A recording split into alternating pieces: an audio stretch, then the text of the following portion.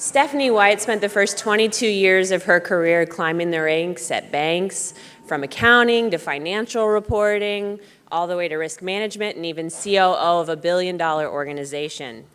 At Crowe, one of her many responsibilities includes working on the team that publishes the compensation survey, which they've been publishing for over 40 years now. So her role, her vast experience, uniquely qualifies her to come up and share with us today the long-term effects of the pandemic on inflation, the economy, and the workforce. So let's welcome Stephanie White from Crowe. Thank you. And I am realizing really quickly, are my glasses over there? Do you happen to see them? When you hit close to that, thank you. When you get close to that 50 age, your vision starts to go. So I'm sure nobody in the room knows what I'm talking about there. But, well, thank you so much. I am thrilled to be here. And Christy and I really got to start talking and knowing each other here in the last few months as she found out that I was taking over responsibility for the compensation survey. And you know, my time with Crowe, I've been with Crowe for about a year and a half. Thank you so much for that glowing background of who I am. So when Christy asked me to speak, she wanted me to talk a little bit about what's going on in the economy, the market today, you know, what happened with these bank failures and interest rates, and you know, what do we expect as we move forward. So first I will say I am not an economist. So I'm going to do my best, but hopefully nobody in the room here has a degree in being in the economy. So, you know, if I say something wrong, you can correct me after the fact. The compensation survey, while I am a collector of the compensation survey, I'm also not responsible for HR, nor do I have any kind of degree or certification in HR. What I do have is the data. So I am always thrilled to share that. And then the other thing I do bring is just 25 years of managing people, right? Seeing what people do well, what you learn from bosses who are good, what you learn from bosses who aren't so good, right? You all know what I'm talking about. And just how to be a better leader. So if nothing else, please walk away with this. I'll tell some stories along the way. Feel free to share your stories. I'd love that this is an interactive group. I tell you, Christy and I, we actually met in person for the first time last week at that bank director conference she was speaking about. And I said, whoa, 90 minutes, that's a long time. I hope I can fill 90 minutes. But seeing how you all interact and ask questions, I know now that this will be an easy 90 minutes to fill. So please keep the questions coming. I may or may not know the answers, but I will do my best. So, all right, well, we're going to start out, and if this is going to feel a little bit like two different presentations because I am going to talk about the economy and then I'm going to go into the bank comp survey. If it feels a little bit like two different presentations, it's because it is. I'll admit it. I took some slides from another presentation and put them together. So I'll talk and start off with that. Oh, there's a little bit about me. I was joking with Christy that I have a new headshot, and the one negative is it goes with one of my best suits that I happen to be wearing today. So, you know, it's not going to keep me from wearing the same suit. So yeah, so here's what we're going to talk about. The economic environment, what's going on, what happened with these bank failures. And then we're going to talk about the insights. And I'm so excited every year now that I've been involved. I am so excited to see the results of the survey because it comes out, it just came out last Thursday, the results, so just newly published. I will, if you'd like, I can send some information after the fact, or Christy, if you don't mind, maybe send the link to where you can go to see the highlights document, at least read the highlights document, although I'll cover a lot of that today. And then if you want to purchase the report outside of the Angie, who's very luckily has the free version, you know, you can go there and the other, I'll do a little more plugs here in a bit for that, but then we'll just talk about some of the leading talent management and development strategies. I could say that this was all based on lots of research, but it's more based on just my own personal experiences of what has been successful, what's helped me to get where I am in my career. And I feel like, you know, as I was listening a lot, Christy, I'm telling you, I really took in that pay, you know, the equity in pay. But I feel like I've been very blessed in my career that people have been able to see me for my talents. I honestly don't know if I was underpaid for what I did, but I do feel like I have been very blessed in where I am in my career right now. And sometimes people have taken a chance on you, and I think that means a lot. So, okay, enough about that. Let's go into the current economic environment. This is just some recent headlines of what is going on in the industry. And, of course, everybody knows about the HR ones. We can talk a little bit about, workforce and how those are going remote. We'll talk some statistics about that.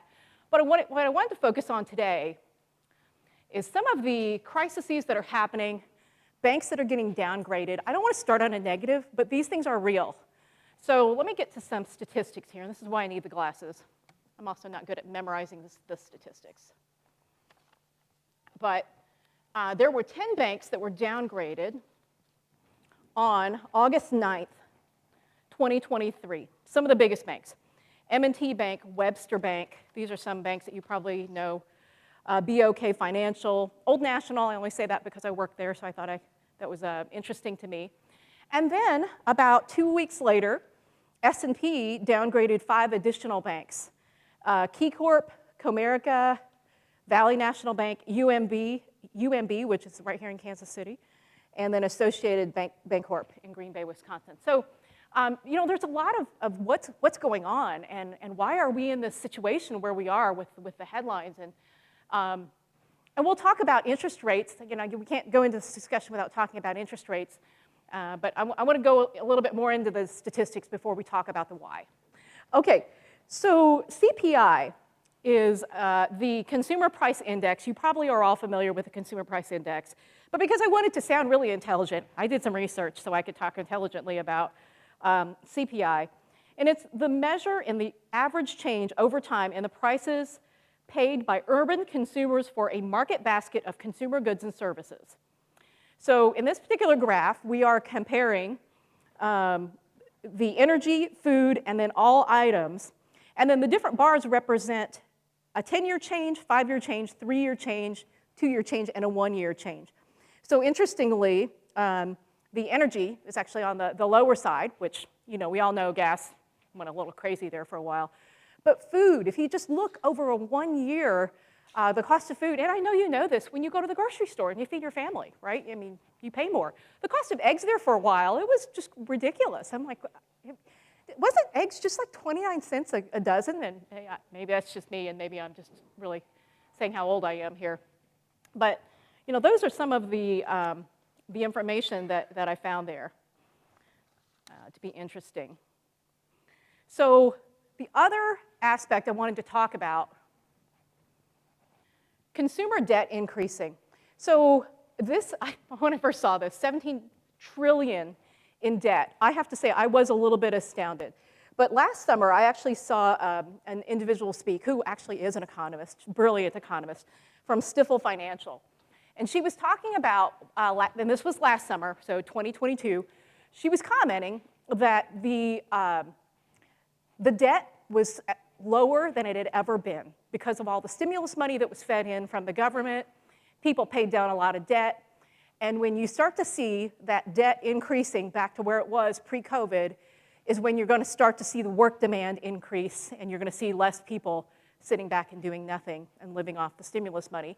So it's really they'll live off the stimulus money, then they'll start to go into debt, right?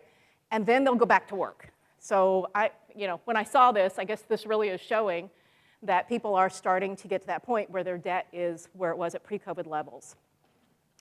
So this data was as of August 9th, 2023, from the Federal Reserve Bank of New York press, a press release.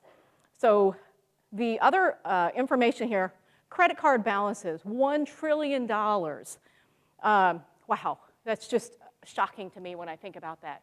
And I think about the interest rates on those credit cards, 20% interest rates on credit cards, and it makes me really concerned for, like the people who live in that type of a situation.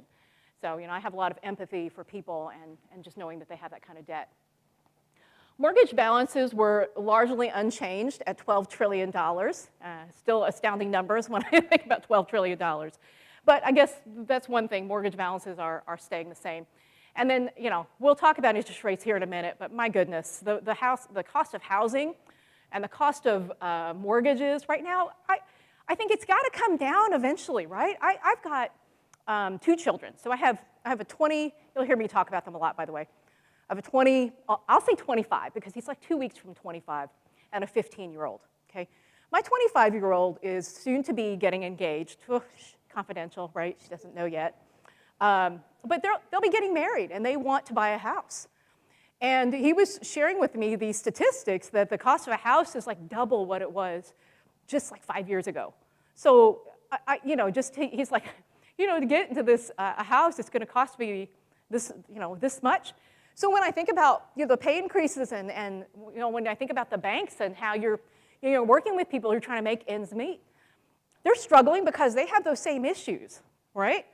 And it's so interesting. I always, you get all of these ads, at least maybe it's for me. I get these emails. Sell your house. The value of your house is at the highest it's ever been.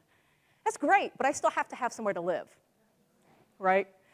If I sell my house, I still have to go buy something. It's like people forget that second part. I can't be homeless. So just something to keep in mind there. All right, interest rates.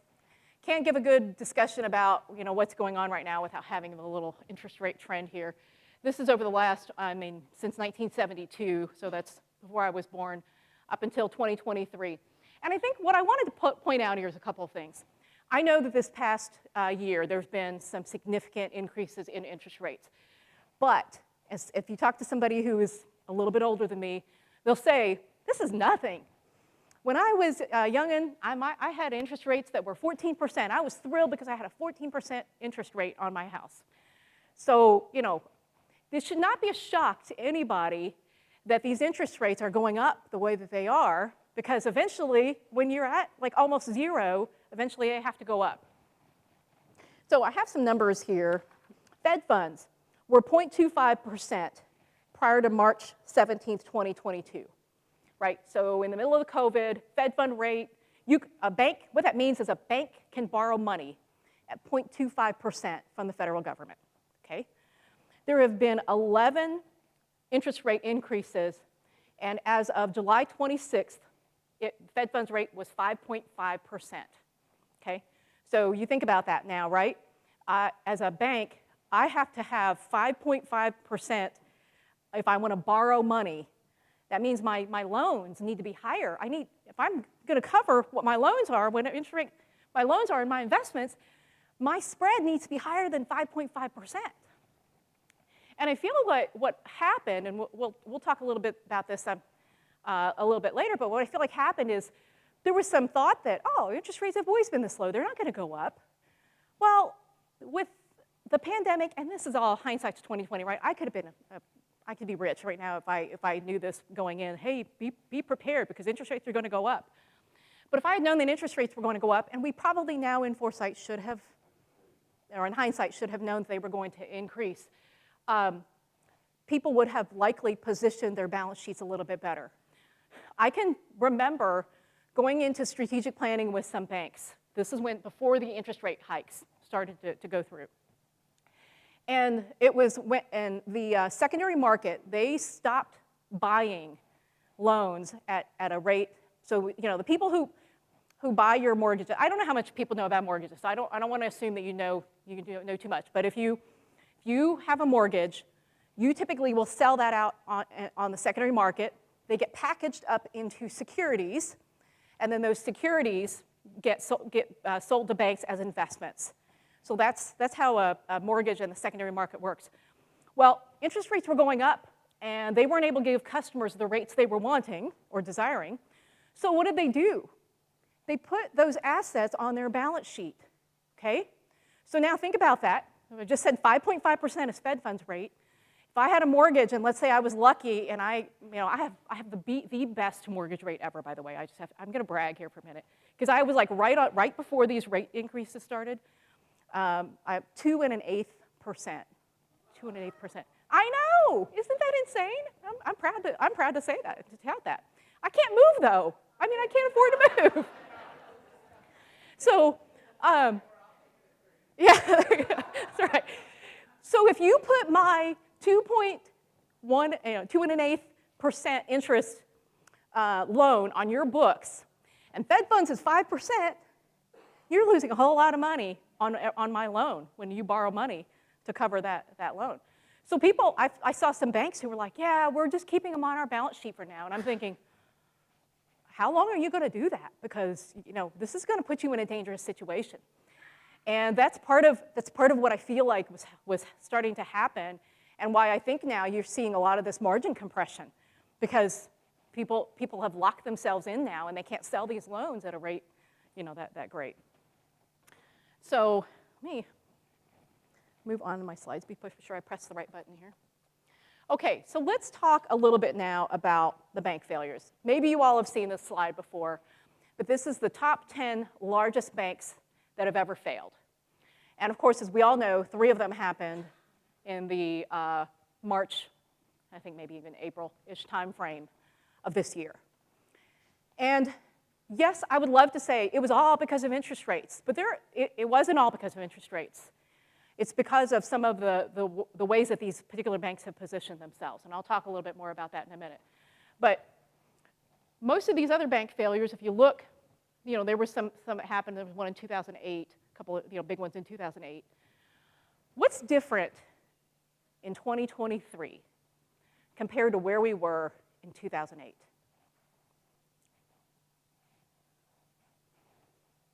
Any ideas? There's something that people literally hold in their hand all the time. You might have one in your hand right now. Technology, right? Cell phones. Anybody know, this is a fun trivia time, anybody know the birthday, when was the first iPhone released?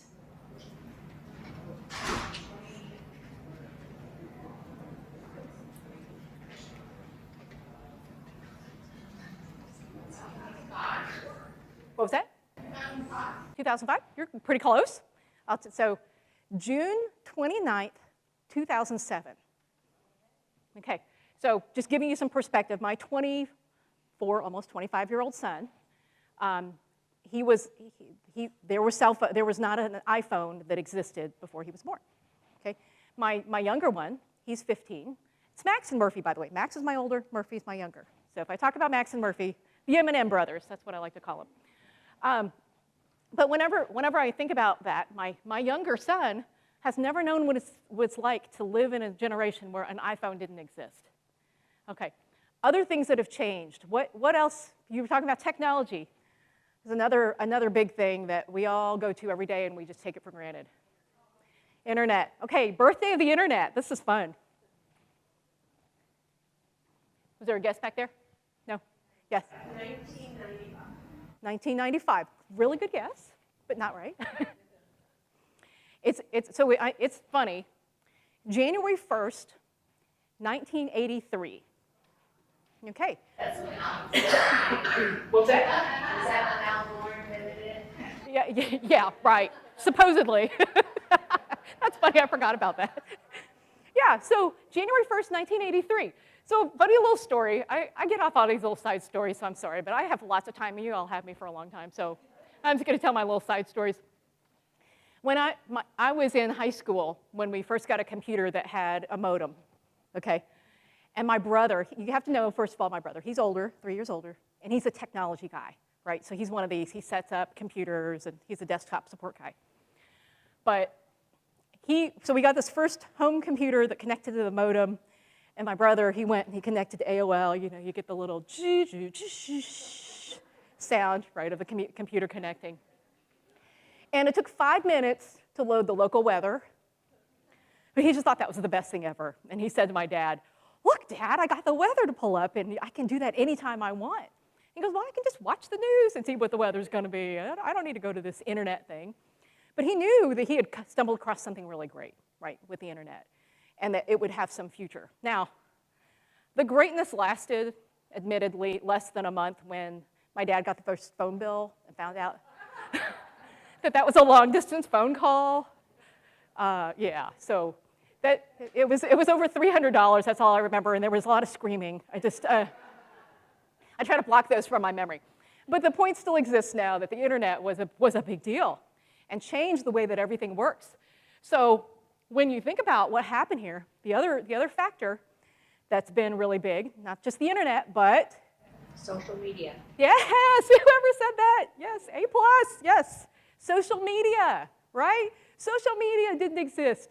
Twitters, tweets, and yes, I know they're not called that anymore, they're X's. What in the world? Yeah, okay. So, you know, Twitter and all of that, the speed of information sharing is so fast now. So what happened? I'm gonna move ahead here. Oh, let me talk about this first, and then I'll move ahead to the next one. This is just a chart of bank failures and the cycle. The blue represents bank failures in number. So you can see clearly in that 2008-ish time frame, there were significantly more. And then the asset sizes of those bank failures. But that's not what I really wanted to show on that one. Okay, this is what I really wanted to talk about. So here's some of the lessons that we learned from those bank failures. Signature Bank. It wasn't necessarily interest rates that brought Signature Bank down in Silicon Valley Bank. It was the fact that they had a high concentration of deposits in very few customers. And that combined with technology and the ability to move money quickly. There's cash management products, wiring money out. Does anybody know how much left Silicon Valley Bank, SVB, in a 48-hour period? Any guesses?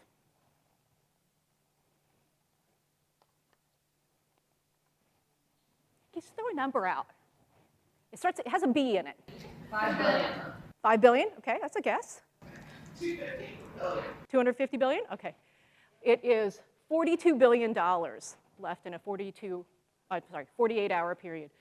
$42 billion. So, you know, you look here, and I really feel like social media had a big part to do with that, right? So in Silicon Valley Bank, high technology, there was a lot of, of concentration in these technology areas. And these, I can't remember what VC stands for, venture capitalists, right, who are investing. One person said, I'm worried about this SVB bank. So they pull their money. Then they tweet or X or whatever, social media about it. They talk. And everybody starts doing it. And then all of a sudden, the bank's like, we've lost so much of our deposits. And that's, okay, you saw Fed funds, 5.5%, right? How in the world are they supposed to cover, make their balance sheet equal? You have to sell something on your asset side, right? So you sell investments. You sell investments that are underwater because you can't have an unbalanced balance sheet at the end of the day. So then that gets out in social media. And what do you have next? Bank failure, right? And that's a little alarming to me when I think about what can happen because of social media. I don't feel like that would have happened if you didn't have the social media and the internet and the way that all is it's all because of the speed of information sharing. So what else got us in trouble from a banking crisis perspective? Recency bias. My son, Max, he's the king of the recency bias. Recency bias, it means, whatever you had or whatever you had recently, you think it's the best or whatever. He'll have a burger and he'll go, that's the best burger I've ever eaten. That's recency bias, right? Don't know that. I'm sure he's had better food. But recency bias is a tendency to think that current conditions will continue, right? Things won't change. Again, back to that interest rates. They just assumed, hey, we're doing well, SVB. Regulators, do you think regulators were on those banks?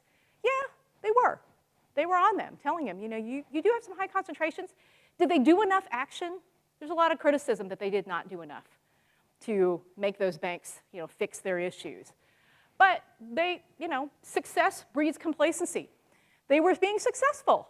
Why would they think they would ever fail? Why would they ever think that something would happen to them? So that's some of the issues there. Compliance fallacy. This was an interesting one. And these notes came from somebody else, but somebody much smarter than me. Compliance is a risk area. It's not risk management or mitigation. So for example, the OCC defines risk compliance as the risk to current or projected financial conditions and resilience arising from violation of laws or regulations. So you can be compliant, right? But that doesn't mean you have risk management that is making you compliant. Does that make sense? Okay. And then consensus culture. The absence of conflict and confrontation is not a sign of teamwork and collaboration. So what that really means here, you think about your risk management team. You all have risk management teams or functions? Yes, okay, good. What is the job of your risk management team? What do you think their job is? The obvious is to manage risk, right? Okay. But I would argue it's not just enough to manage your risk. What you also have to do is you have to be sure that you're critically challenging the people who are in that first line to say, are you doing the right things? They need to be the ones who are challenging. And yes, sometimes they can be a little bit pushy, and you have to collaborate, though. Those two teams have to collaborate to find out how do we manage risk but still make money. So I want to make that comment. You can't just have everybody go, okie doke, yep, we're good with that. Oh, but it was Joe that said it, so we're good with it because Joe said it. I don't know who Joe is. If there's a Joe in the room, I'm sorry, I'm not trying to be offensive. So how to combat industry pressures. I'm just only going to touch upon this for just a minute. I'll put them all up here. But, interest rates. Always keeping yourself in a position to where you're not locked into situations where you have just all of these low interest, assets on your balance sheet. And continuing to bring in those core deposits. I know deposits are more important now than ever. Back in COVID, so I was working at a financial institution during the time of COVID, and then we had more cash than we had ever seen in our deposits. So much cash. And we're like, wow, we're doing great. We had a regulatory exam. They're like, oh, you guys are great on liquidity and all of that. The bank sold. Okay, that's why I'm with Crowe now. But they probably sold at the right time, because right now, I'll tell you, if I was still at that bank, we would struggle with deposits. I know we would. Concentration, understanding those concentrations. Back in a time, we were talking a lot about the hospitality services. And I don't know if you all were asked to be involved in any of these discussions, but there was a lot of talk about what kind of concentrations do we have in hotels? Because during COVID, people weren't staying in hotels, and they were worried about those loans going bad. So just understanding those concentrations and that risk, and keeping an eye on that. And then the workforce, right? Just being sure that we are thinking about workforce flexibility. I'm sure you've already heard about that. And I'll be honest, I'm going to move on because I'd rather talk about the comp survey. So let's go and do that. Anybody else want to hear about the comp survey? All right. So let's move on. Hopefully I gave you enough, though, to know what was going on in the industry and why the banks failed, because I just want to be sure you have some insight going into that. Okay, here's a little bit about the comp survey. We have been doing it for 42 years, and it was so funny. God, we're such a group of nerdy accountants that work at Crowe, in a good way, by the way. But somebody the other day said, are we absolutely certain it's 42 years that we've done the comp survey? And somebody said, yeah, that was audited. That was audited a while back. It's actually 42 years. So I can confidently now say we've been doing the compensation survey for 42 years. Not me personally, because I would have been, like a small child. But we've been doing that for 40 years. We have 7 associations that we partner with, okay? 2 are national, and then 5 are state associations. My little plug here is if you're in a state and you would like to see more information coming from your state into our compensation survey, let us know and we'll talk to whomever at your association, bank association, and see if they want to partner with us. Because we love seeing those state associations increase. And what happens is they get a cut of the proceeds. So if they get more people to enroll, it gives them more money in their pockets. So we're supporting the association. Crowe, honestly, doesn't make any money on this. We are doing it for the information to share with you, for the associations, and this is why we do it, because we have a passion for financial institutions. So 388 banks participated, 40 states where information was in there, And you can see the asset sizes there. We do tend to have more that are in that under 250 up to $1 billion range. You know, if you're over 5 billion, I don't know if there's anybody in here over 5 billion. We don't necessarily have too many banks in that range there. We do have salary benchmarks for 272 job positions. So if you're looking for positions, you know, we can help with that type of comparable information. And it's now available. So again, I really was hoping to have a QR code that I could flash up here, but I don't have it. It is on the highlights document. If you go to Crowe's website, you should be able to pretty easily find the information. So a few enhancements. I was so concerned and then thrilled when we finished up last year's survey. Number one, I knew we had to do something different because the survey was, the survey tool was not the best in the world, and they said it was end of life. So we were either going to have to stop doing the survey after 41 years or completely redo it from the ground up. And I was really happy that management supported rebuilding the survey. But what that means is it's like completely rebuilt. We redid the whole thing. We asked questions, we reordered some things, and so really proud of the work that the team put in to redo the comp survey. There's still some things I want to fix, don't get me wrong. Always looking for those next improvements. But so what you can find, though, we did add more detail on variable cash bonuses and commissions, and then equity compensation. It has a fresh new look, the report does. It's really long, so I'm just going to, Angie, I'll just warn you in advance when you get that. It is really long, but it's partly because we just added so much more information. And then we've added some emerging trends such as ESG and DE&I. Okay, so let's talk now about some of the information we see here. Turnover. 2022, there's no doubt, it was the roughest year when it came to turnover. And I'm sure you all felt it. 2023, and this is based on like March 31st information of 2023, just in case anybody's wondering, because it's hard to find, you know, the cutoff there. But it did start to come down a little bit according to our statistics. But for the non-officers, you can see it was still 19.2%. Interestingly, and I don't know if you're feeling this, but for the officers, it was actually 6.5%. So it actually increased from the prior year. Does that sound like what you guys are feeling? What's the turnover been like in your financial institution?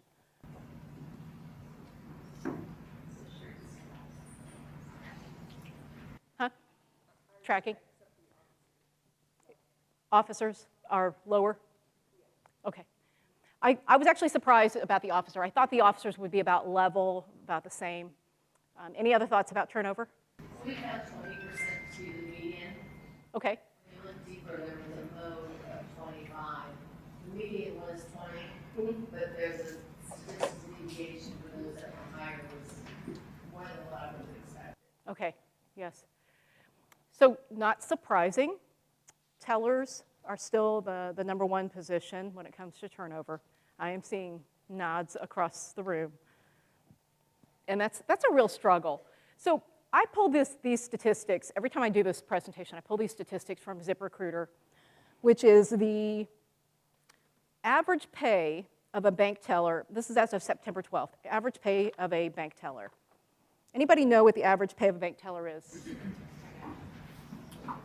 Did you say 15? Okay. 15, I got 15. Anybody higher? 18, okay. Anyone else want to throw out your average? 17.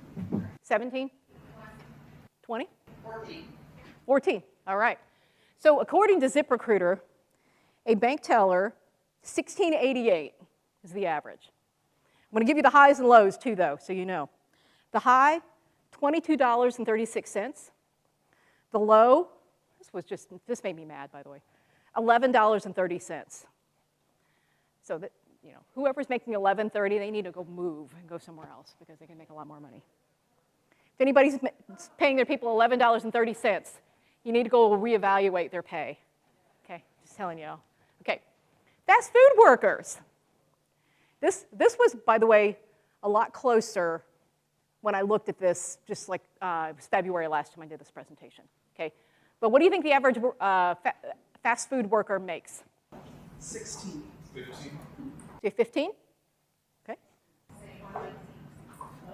20, 12. Okay, I'll give you the answer. $14.46. So 15 was really close. It's good. The high, $18.51, and the low, $9.38. So why do I share that information with you? I have worked in a multitude of positions, but one of the areas that I worked was over retail operations, okay? And so we wrote out all the procedures for all of the functions that happen in retail. Do you know how hard a teller's job is? A teller has to be responsible for their drawer, like to the penny. You know, highs and lows, you get written up. You all know that. Yes? I have a question, because you made a comment yesterday about the teller's break is consistently, I think you said a 4 or a 5. Okay, 5, every day, all day, even though we can sit here and say, we know how hard a teller's job is, okay, yes, it is, but it's still consistently a grade 5, yet that's our biggest turnover area. So are we as HR people missing something? I mean, is there something we need to reconsider within that position to move it so that maybe we can get some longevity there? Because that's a consistent piece that we all talk about, is that turnover on the front line. But your comment yesterday was, but it's still a grade 5. Yeah, and then up from 4, but. Right. But even still, it's not enough. Yeah. Well, what we tell you is where's the market. That doesn't tell you what you should do. Yeah. That tells you the philosophy is the market. I have to tell you how you're paying compared to the market. Now, philosophically, what we want to do about that, I don't know if you caught it, Stephanie, but I saw this congresswoman that was taking the. Katie Porter, she is. Katie Porter, she was taking the CEO of. She did Wells Fargo And taking into task on the high percentage of tellers that qualify for federal benefits. Wow. And how, how the taxpayers are subsidizing. That's where you kind of mix up internal values and data. And what you're talking about, internal values and philosophy, our conversation here before has been data, where's market. But here's the struggle that I have with that, is if we have a compensation strategy like we talked about yesterday, how do you define in your compensation strategy that it should be overridden in that pillar range because the turnover is higher, but every other position doesn't qualify to. Right, and then you need a wage compression and then look at the whole thing. What's the solution? Yeah, I wish I had one solution, but I think it's where you see this universal banker role happening more, right? Where you're blending the teller type of responsibilities along with account opening and everything else that goes into that branch. Because let me put on my executive hat now, okay? I walk into branches all day long, and what are my tellers doing? Standing there, chit-chatting, talking on the phones. Because the branches, that's not where the people are necessarily going anymore, right? You have to have some level of branch service or some level of delivery of cash because you have businesses that are dependent on cash, but the number of transactions just continue to decline. So I see the other side of that. So if you haven't already adopted a universal banking model, you really, really need to consider it. I spoke at yeah, go ahead. Well, that question for you or maybe for the group, when you're talking about turnover, are you talking about people that leave that position, leave the organization, or are you talking about people that leave the position for that next level, that universal banking role? This is truly leaving the organization. Yeah. So, I don't know. Does anybody have anything that has been successful? Okay, so I'll throw that out to the group. Yes. So one thing we did recently is along the same topic, we have tellers, and then we have an MSR role, and so of course they do the teller functions, but they also add accounts to existing chairs, right? Do some debit card payments with that nature. And so we looked at the job descriptions between the teller and MSR and recognized that there's really not a whole lot of difference between their primary and functions. So we actually recently just archived the teller and moved everyone to an MSR role and paid them as MSRs if we were to hire them externally. Oh, interesting. And did that lower your turnover? So we just completed Oh, it. you So did? we're, yeah, but So the you feedback checked was your lower. Yeah. Lower Yeah. percentages, of course, and we're curious to see what that. We also did it with our account loan person, we call them personal financial officers. We had a kind of a step up, the 1 to senior perspective. And then we saw between the 1s and the 2s, not much difference, right, in what they were doing, just volume, and very small in terms of that. And so we archived the 1, we moved everybody to the grade of a 2, and just called them a PFO. So now we have the PFO and we have the senior. And we repriced them based on if they were coming in externally, adding their tenure currently as part of that mix. Yeah, that's great. And see, I love that. And you know, maybe that would work, maybe that wouldn't. But what I love is the fact that your institution is thinking differently about how can we solve this problem. And I think that that's what we all need to do. You know, in my responsibilities, responsible retail, and then as chief operations officer, you know, I had some hand in what the tellers did there as well because I had operations. But some of the things we're seeing when it comes to other financial institutions, drive-through tellers. Anybody have drive-through tellers where there's, okay, a few people have drive-through tellers. Teller activity, especially in a drive-through, really kicks up, you know, certain times of the day. But a drive-through teller, I have been in branches and they sit there all day long for the occasional car that will come through the drive-through. But you can't abandon the drive-through, right? Because people want to use that service. So what I've seen some banks doing, and I'm just going to throw this out there, financial institutions doing, is I've seen where they take out the fact that the drive-through teller position, the way they sit there. Two things. One, you can have the tubes drop to the front line. So have the branch remodeled to where the tubes will fall in the front line. You hear the zhunk, right? And then you go and you take care of that customer. You can have a beep or whatever you need to. Now you eliminate the need for a person that's sitting out there. No. Oh, did you? Yes, great. See, that's great. Again, thinking about it differently. Another solution is ITMs. I know, ITMs are fine. Okay, did that too. So there's some that in the room that have put in ITMs. But if you put in ITMs, now you don't need a person sitting there. You have that in a centralized place. So while it doesn't necessarily help the pay and the responsibilities that go along with the teller, it's a way to try to reduce your numbers of tellers so that you're not trying to always constantly fill as many positions. Okay, let's move on to the demographic breakdown of financial institutions. So this I found a little bit interesting. There are still 10% of executives that are over age 65. Last year's report, this was over 16%.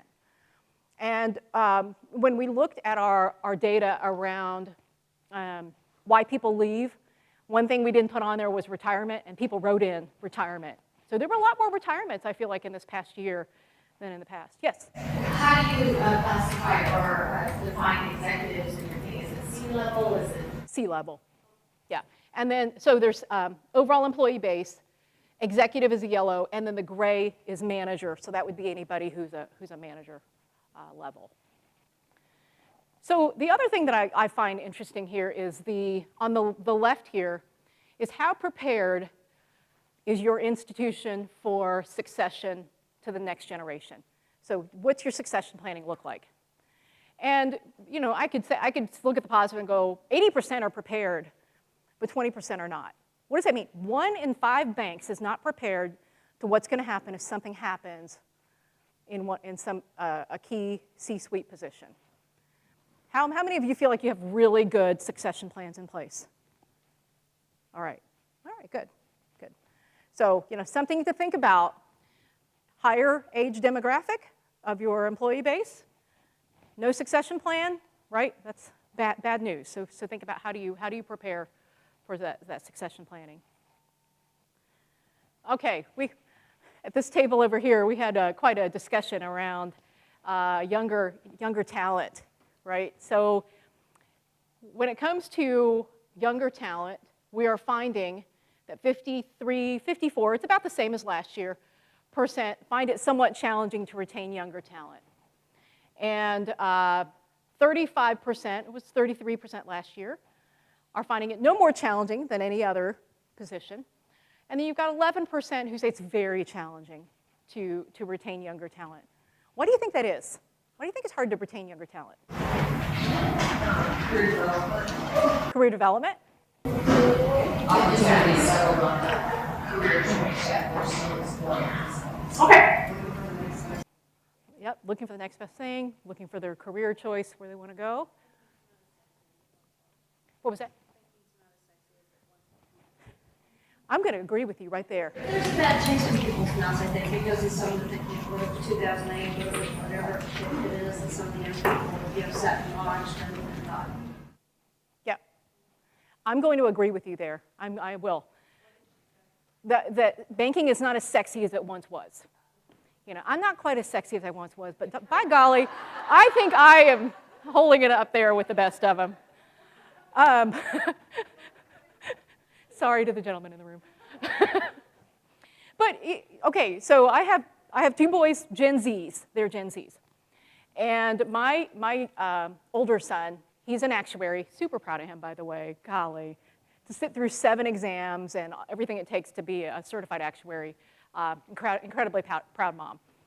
But when we talk about banks, he's like, wow, you know, he looks, and he does a lot of stock study. So he's one of those young, he's got a little bit of money in his pocket, and he's like, how am I going to invest in the future? So he actually researched banks.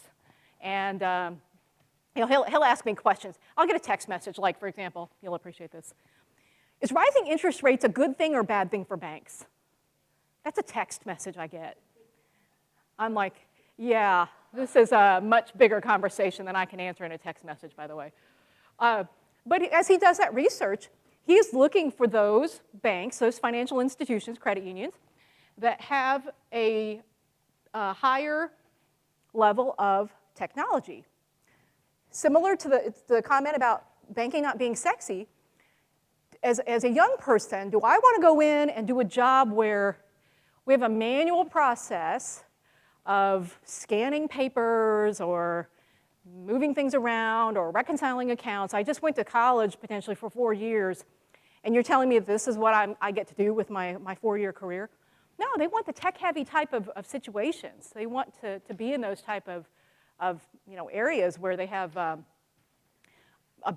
job where it's not so manual. So part of this is leading to consider your operations and consider how can you make more of your things automated.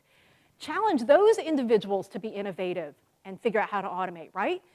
Take a group of bright young individuals in your institution and tell them to go figure out the problems. I guarantee they're smart and they can do it for you. So that would be some of my tips there. Let me see what else I noted here. Okay. Yeah, it's back to the comment about it not being as sexy. When I was in college, that's what I wanted to do. This is before I was ever even knew banking, right? I was going to school. I was studying to be an accountant. But I wanted to go work in a bank because I just thought that was going to be exciting, and they didn't need me. So I turned around, walked away. But guess what I did? I went and worked in fast food. Also worked for a doctor. And do you know that doctor? Sorry, I'm really fired up. This pay equity thing really got me fired up. Do you know that doctor paid me less than I made in fast food? Yeah. I'm going to use Christy's term. What an asshole. Okay, anyway. Can I add to that? You said about the 108, that managers are the top cause of turnover and disengagement among employees right now. I'm usually told I'm loud enough, but and that Gen X, at the time when they were young people in the workplace, we're going to, as a generational cohort, have 4 distinct careers over their working life. Millennials, it's 8, and that's a trend that is projected to continue with Gen Z. And so what we're trying to do is understand that millennials and Gen Z want opportunities to know that their work has value, that it aligns with their individual values, which tend to be around fairness and equity, that they have opportunities to continue to learn, and that they know where their succession plannings are, where their future is in an organization early in their career. So in the interviewing process, talking about what opportunities we have for you, even if we don't want everybody to ascend to a higher role, not everybody is going to be CEO. They tend to only, I don't know about y'all's organizations, but they tend to have one, right? You don't tend to have like 30. That they can still develop in their skills, that they can develop in their talents, soft skills as well as hard skills. So it's not just a one thing. Money is definitely an issue, right? But also Gen Zs have been demonstrating to do more things like thrifting or buying reused things versus new things, because they are like, well, it's not about the money, because I think it was the lady up front said in 2007, they watched their parents' whole lives get destroyed in days. So it's like, why should I work like mom and dad did 80 hours a week when it could just be gone in a nanosecond?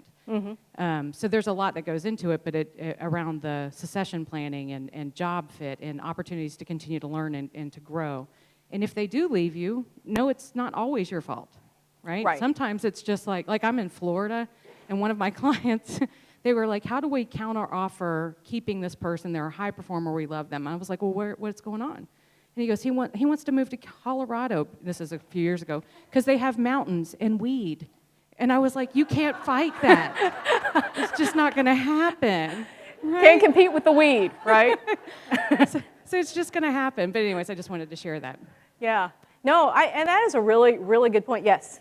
I was just going to say about the sexy thing. I think that you make a good point, and I think one of the things that banks have not done well is helping everyone across the organization understand the business, how the business impacts the world, and how they impact the business. So they think, I'm moving this from here to there, and that's not really what they're doing. It does matter in the big picture. But I think the other thing about being sexy, maybe that wasn't very good words for anybody, but we're not googly as an industry. We're uber conservative. Probably one of the most conservative industries, of any others, and that's. Too late. No, you're right. We do need to do a better job. There's two things I want to address. One, we do need to do a better job explaining the bigger picture of what this person's job is bringing as far as overall value. And you can't make them think of it as just, doing this little task every day. No, you're helping somebody, if you're in loan operations, you're helping somebody get into a house, right? Something really valuable. That's the bigger vision. The second thing I wanted to talk about is you made a comment about, people's supervisors, number one reason why they leave.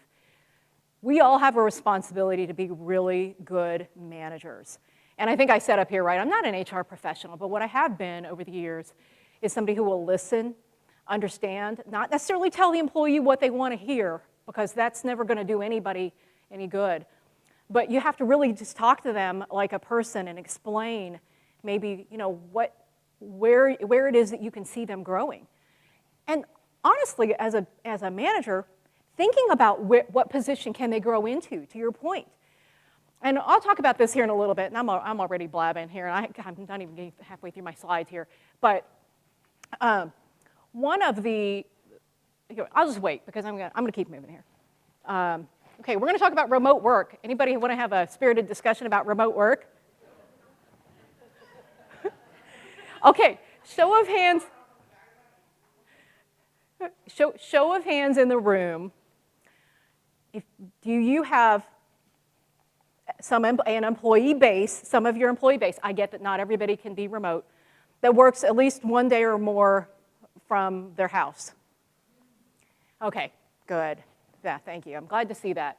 Last year, when I was looking at these results, and the yellow represents the 2022, and only 52% they were allowing any kind of remote work. I thought, wow, boy, are they in for a real shock when they start to continue to have turnover, because they need to really be intentional about that. But there are some banks, and I've met a lot of bank CEOs at another type of a convention, and they're like, no, we feel like they have to be in the office all the time, and we don't even give them the opportunity to be remote, right? You don't even give them a laptop to be able to work remotely.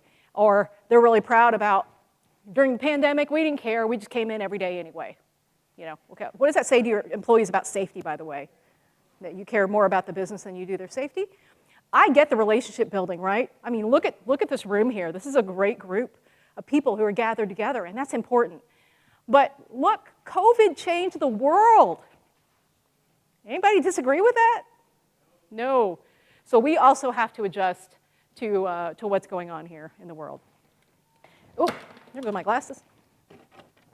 One thing I did want to note, there are some financial institutions that are being more open to hiring outside of their footprint. Anybody hiring outside of your footprint? Okay, good, a handful of people. The number one position, this came from our survey, the number one position hired outside of their footprint are credit analyst positions because they have unique skill sets and they can do it from just about anywhere. So something to keep in mind if you're looking for where do I start, or you want to start the idea of it. If you have a credit analyst position open, maybe you start that discussion. Okay, and then, I wanted to tell a story about one of my friends here. So I worked at a financial institution, $1.2 billion in Louisville. I was the chief operations officer. Very lucky, by the way. From our, I'm back to Christy's last discussion, but on our board, on our executive team, 3 of 8 of us were women, including the CEO was a woman, and I was the COO. So very proud of just the diversity that we had within our group there. But I had a very talented individual. When they found out they were selling the bank, I mean, we had people leave. It was really bad. And it was during the Great Recession when everybody's leaving. They're like, we just got bought out. Why stick around? Even if they had a job with a new company. They're like, why stick around? I have to change. May as well change to another financial institution. But a really good friend who had a very specialized skill in a very specific core system. And she worked for a bank. She lives in Louisville, but she worked for a bank that was down in Louisiana. And she did that for several years, for a couple of years, very happy. So just keep that in mind. Like if you are looking for specialized skills, there are people out there. You just have to find them. Okay, so human management issues. Again, with these ladies over here, we were talking about finding and hiring the right people and retaining the right people. Those are, would you all agree that's 1 and 2 as far as concerns? Yeah. But I also wanted to point out developing managers and leaders. One thing that I want to be sure that as you're thinking about your future leaders of your company, that you don't fall into the trap, is that the best person I'm just going to use deposit operations. Keep in mind, I come from an operations background. The best person in deposit operations who does my exception item clearing every day is going to make the next best, they're going to be the next manager because, man, they're the best at what they do.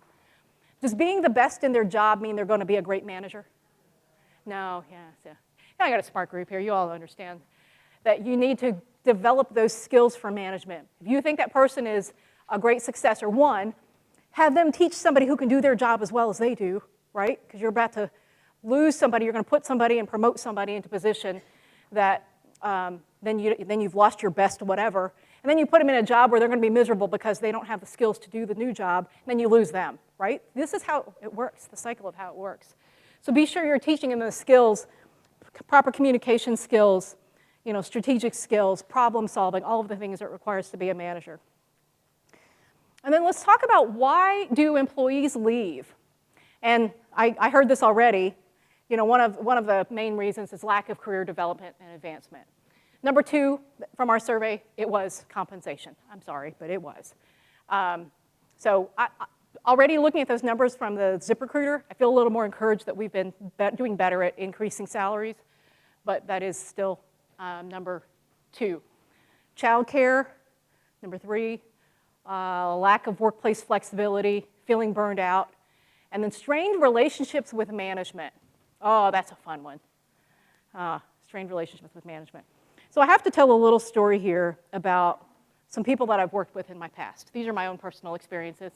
I will protect with names, but just thinking about management, okay, for a moment here, you don't have to close your eyes, but think about somebody that you have worked with in the past that's a really great manager? And what does that look like or feel like?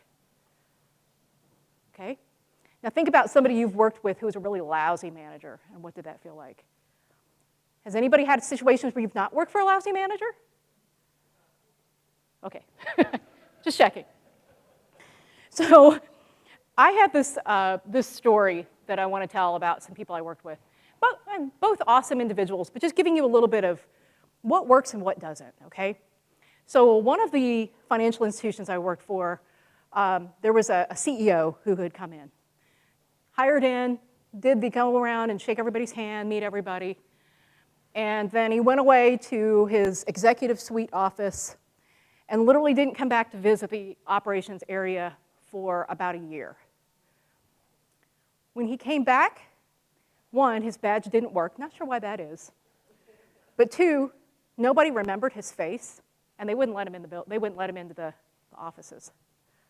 What does that tell you about being present, being there for your people, right? That not necessarily the best management techniques that I would recommend. Now, let me give you another story of another. This was actually the CEO, so it was twice removed from me. There was somebody between the CEO and I. But I would stop to go to see my boss, and when he saw I was in there waiting for her, he would stop and he would talk to me. And he would say, "Hey, how's Max doing in baseball? Is he still doing really well? Yeah, how's your youngest one, Murphy? How's he doing? How's he progressing?" Knew my kids' names, knew what they did. Asked me how I was doing personally in my job. And my loyalty to that individual stayed for years and years. And I didn't leave that institution until he was no longer in that job. You know, just shows you how that loyalty and that personalized touch can mean so much. So think about that, right? It starts at the top. The tone at the top is so critical and important. So encourage your management to get out there, be out there, right? They need to be out there in front of the people. Okay. So leading talent management strategies, I already know, before we go into this section, you all are a lot smarter on this topic than I am. These are just going to be reminders and things that I've picked up over my time. Developing a strategy around how you're going to approach human resources. What is it that you personally can do to help set that strategy?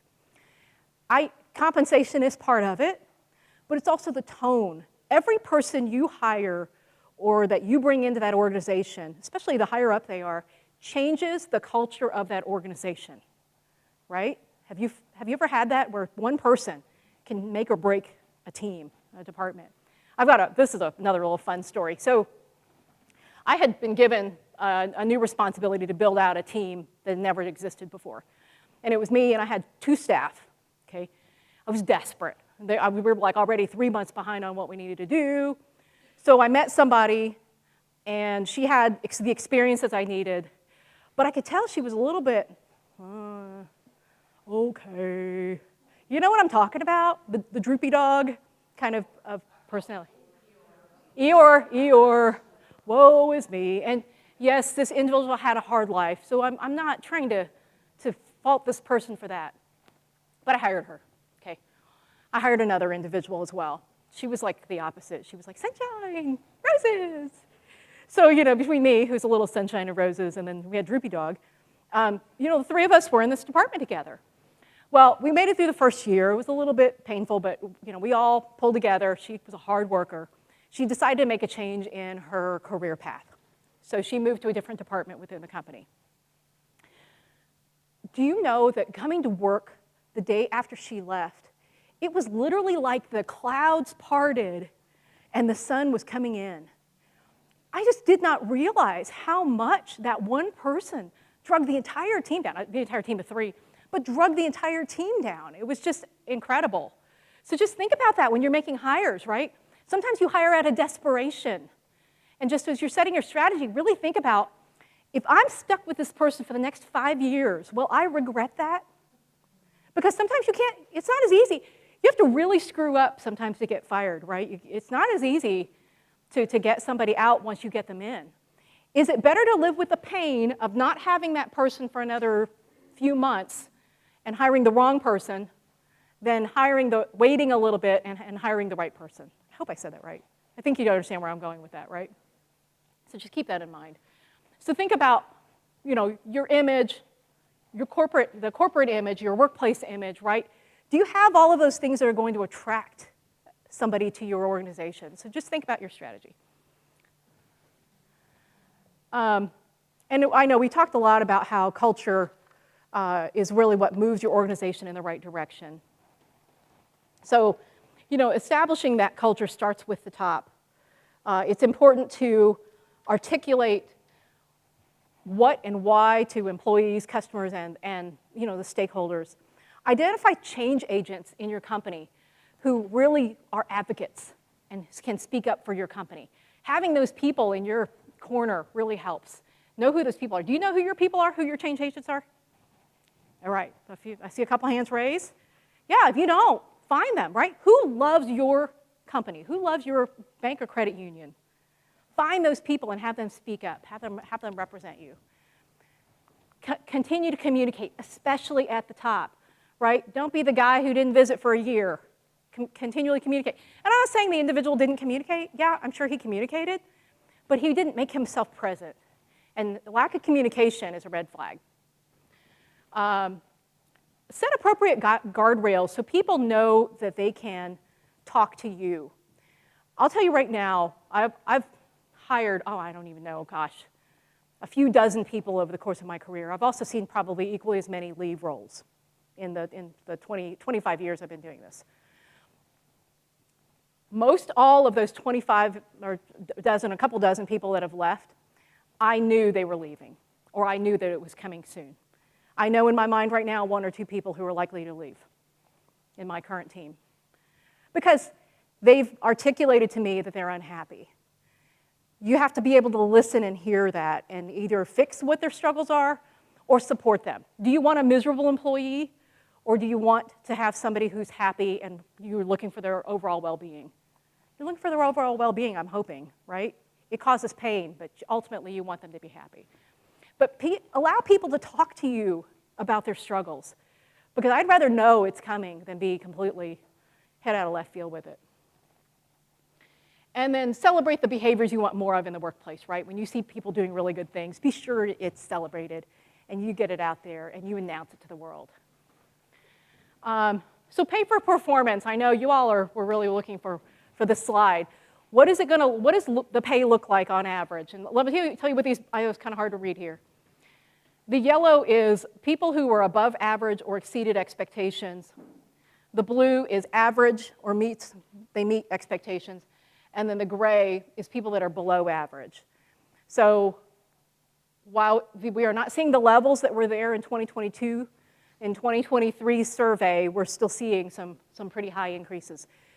Gone are the days of an average. I come from the banking side. I remember you'd be given, as a manager, I'd have a pool of, let's say, 20 people, and you say, okay, here is a pool of 2.5% to give pay raises to everybody in your team.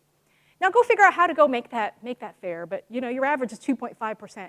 Well, how in the hell am I supposed to get 2.5% and try to pay my overperformers, my high achievers? It's almost impossible. And so you really have to be more intentional about how do you reward the people who are doing well. You got to stop the bleeding when it comes to turnover. But I'm hoping that financial institutions understand now 2.5% or 3%, this isn't going to cut it, right? You got to at least keep up with inflation. Or what are you going to have? More turnover, right? What was your 2023 most everybody is different expectations. You said that 4.5, and you had some at 7.2. We didn't ask that question, so I don't know exactly what that average pool was. But as I look at this, I'm guessing it was probably closer to the 4 or 5%. It looks like 7.2 is what was there, right? Is that what that? 7.2, yes. 7.2, and the average, which would probably be 80% of your people, would have been 4.5. Yeah, and that's in the report. It'd be closer to 5 with this. And that's what we want to see. Yeah, I haven't seen it this way, I like that. Okay, yeah. The detailed report has like what percentage of employees were at the high end, what's at the average, and what's at the low end. So, that is in the report if you want to look at that information. Something I wanted to talk about here.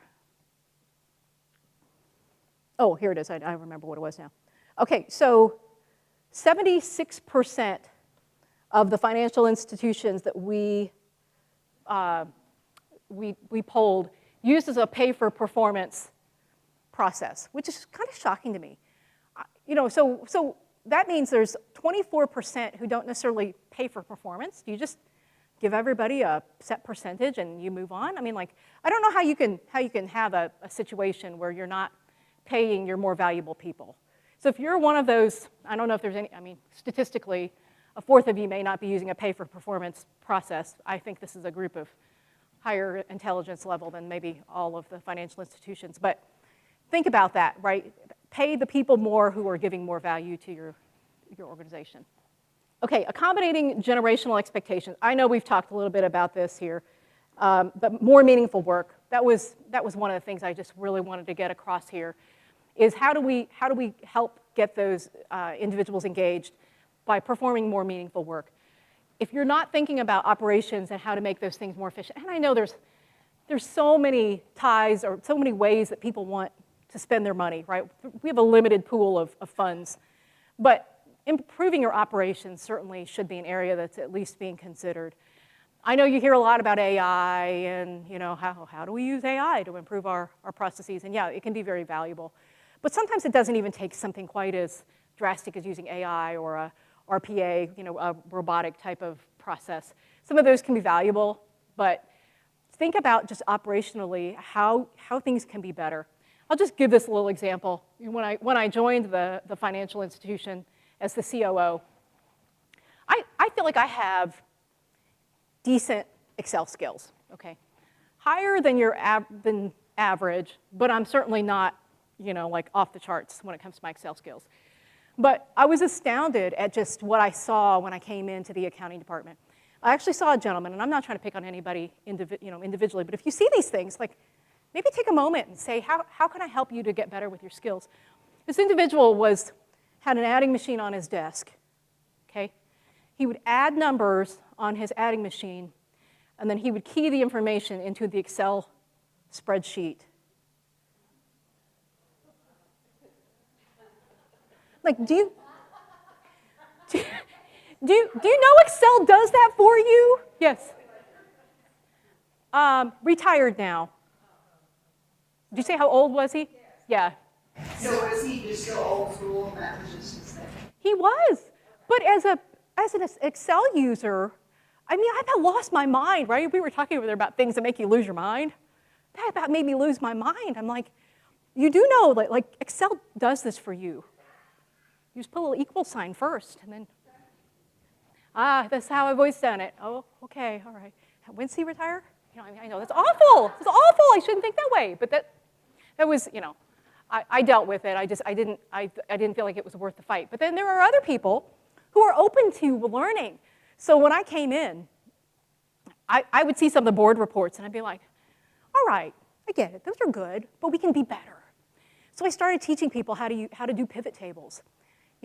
It took 2-3 months on how to do a pivot table. But do you know, this is 3 years ago that this all happened. To this day, people from my team will text me and say, hey, I just made a pivot table and I thought of you.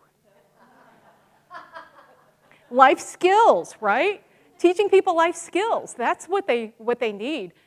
I'm going to go to the next slide here, but we're going to talk about, okay. Look at my time here. Mentorship. This is where I want to talk here. Does anybody in the room have one or two or maybe several great mentors in their career? Raise your hands if you have. Oh, yeah. I would not be where I am if I didn't have great mentors in my career. So I wanted to really pause on this one and talk for a minute because I think that this is very important. Now, you can have formalized programs. I've been part of formalized programs as well, where the financial institution I worked for, They paired you up, you'd have a mentor and a mentee. And that was great, it was good. We learned things from each other. But I feel like a natural mentorship where I, as a person at the financial institution, I find somebody with talent and I take them under my wing. And what that means for all of you is that's an individual responsibility. You have to find somebody or the individuals in your financial institution that you can take under your wing and figure out, how do I help them to grow and develop in their career? It can be simple things. We were joking earlier, can I use your story? Okay, we were joking earlier about how there was an individual that's in one of the departments, and the person just, when they type, like even the bank name, they don't capitalize the name of the bank.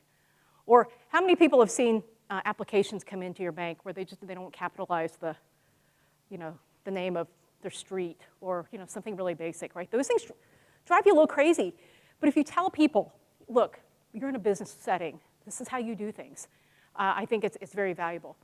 So the clock is at 0, but do I still have a little bit of time? Yes, I can. Okay. Okay. I want to tell one more quick story about mentorship. It doesn't even have to be somebody you know really well. But I had this vendor that I worked with, and she would send me emails that were in all capital letters. Anybody know what an email in all caps means? Yes, they're yelling at you through an email. Every email she sent was in all caps. And as a professional, I spoke to her and I said, look, I'm not trying to be critical. I'm trying to give you constructive feedback here. Your emails that you send in all caps, you're yelling at me, whether you know it or not, and it may not be intentional. And she said it wasn't, but help others. As individuals, we have to help each other. So, I hit the wrong button again, and I'm going to just skip on to Q&A, because I think I've just talked enough. And there's that, beautiful suit again. What questions? I just covered it all? I will make a statement, you have a slide on there about retaining people, knowing things about them before they decide to leave. I'll repeat that, retaining people and knowing things about them before they're telling you leave. So I don't remember where I heard this at, but it was called stay interviews instead of the exit interview. And we follow through with an employee up through their first year. We do 30 days, 3 months, 6 months, and then to the year.